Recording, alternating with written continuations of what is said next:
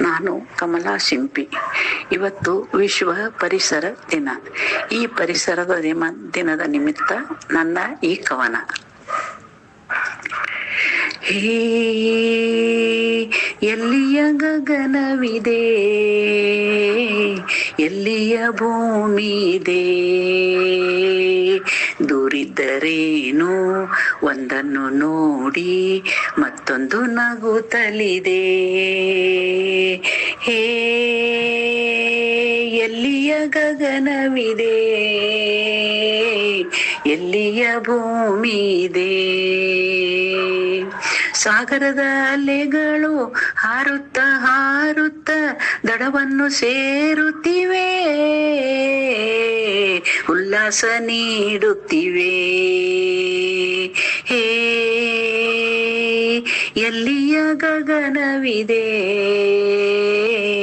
ಎಲ್ಲಿಯ ಭೂಮಿ ಇದೆ,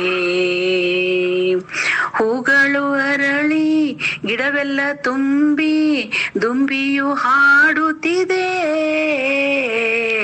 ಸಂಗೀತ ಸೂಸುತ್ತಿದೆ. ಹೇ ಎಲ್ಲಿಯ ಗಗನವಿದೆ, ಎಲ್ಲಿಯ ಭೂಮಿ ಇದೆ, ಸೂರ್ಯನ ಬೆಳಕು ಹರಿಯುತ್ತ ಬಂದು ಜಗವೆಲ್ಲ ಬೆಳಗುತ್ತಿದೆ, ಕತ್ತಲೆ ಕಳೆಯುತ್ತಿದೆ. ಹೇ ಎಲ್ಲಿಯ ಗಗನವಿದೆ,